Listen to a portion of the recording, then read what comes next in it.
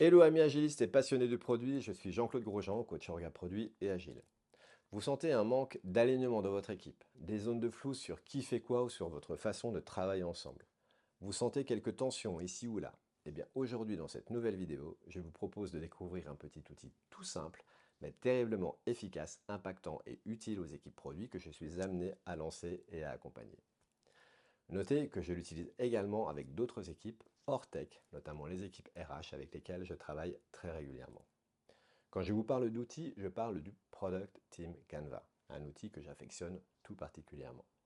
Je l'ai utilisé pour la première fois il y a des années avec une équipe produit au sein d'un grand groupe. Cette équipe, composée de plusieurs développeurs, d'un designer, d'un BA, d'un PO et d'un Scrum Master, travaillait sur le lancement d'une nouvelle application mobile plutôt prometteuse.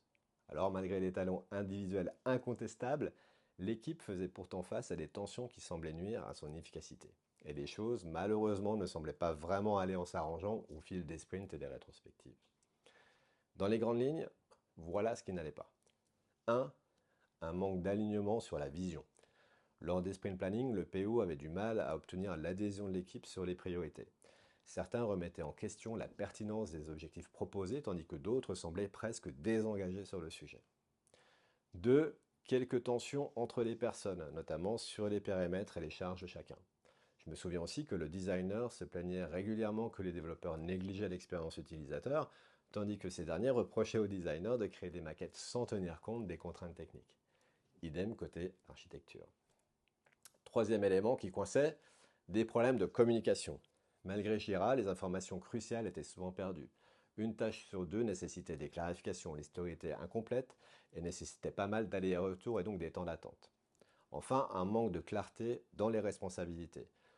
Plusieurs membres se plaignaient de faire le travail des autres. Entre le BA, le designer, le PO et aussi un architecte et un PM au contour de l'équipe, il y avait du flou sur qui fait quoi, qui attend quoi et qui décide de quoi.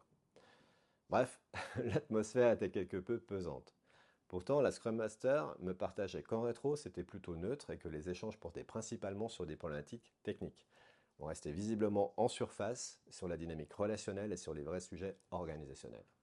Suite à mon débrief avec elle, je me suis dit qu'un atelier autour du Team Canva pourrait les aider à clarifier les attentes et à aligner l'équipe. Dans tous les cas, ce serait un bon support de conversation pour aborder ces thématiques fondatrices nécessaires au bon fonctionnement de toute équipe et ainsi rétablir la confiance. J'avais demandé à la Scrum Master 2 bonnes heures pour la rétrospective suivante. Bon, dans les faits, de mémoire, on a largement débordé. Mais voici comment l'atelier s'est déroulé et voilà surtout en parallèle comment je m'y prends aujourd'hui. Le point de départ, le centre du Canva. Définir la mission commune. J'ai invité chaque membre à décrire en une phrase leur compréhension de la mission de l'équipe. Les divergences étaient déjà frappantes. Certains pensaient que leur objectif principal était de livrer rapidement, tandis que d'autres voulaient se concentrer sur la qualité du produit et le caractère innovant de certaines fonctionnalités. Après un débat constructif, ils se sont mis d'accord sur une mission claire pour l'équipe, en affinant la vision long terme du produit. L'équipe était là pour ça. Le cœur du Canva reste toujours le point de départ. Il répond à 3 questions. Pourquoi sommes-nous là? À quoi sert-elle? Pourquoi l'équipe s'est-elle formée? Deuxième partie, clarifier les valeurs. Le plus souvent, j'enchaîne avec le cadre en but, mais là, j'ai d'abord demandé à chacun de partager ce qui comptait le plus à la fois pour lui, sur le plan personnel, et pour l'équipe, ce qui les rassemblait. Cela a permis de faire émerger des points communs comme la transparence ou encore la responsabilité individuelle. Chacun a ensuite voté pour ce qui faisait le plus de sens pour l'équipe d'un point de vue collectif. Dans la rétro suivante, ils ont décliné ces valeurs en comportements concrets. Alors aujourd'hui, j'ai tendance à travailler les valeurs sur un temps dédié et à reprendre ces mêmes valeurs en action dans le Canva. Troisième partie, aligner les buts. À l'époque, personne dans l'équipe ne savait réellement ce qui était prévu à moyen terme pour cette nouvelle application mobile. Chacun y posait donc des enjeux personnels. Le duo PMPO, évidemment présent à cette rétro, a finalement partagé des éléments de roadmap et l'équipe a redéfini des résultats mesurables et réalistes pour les 2 prochains trimestres. C'était ultra nécessaire.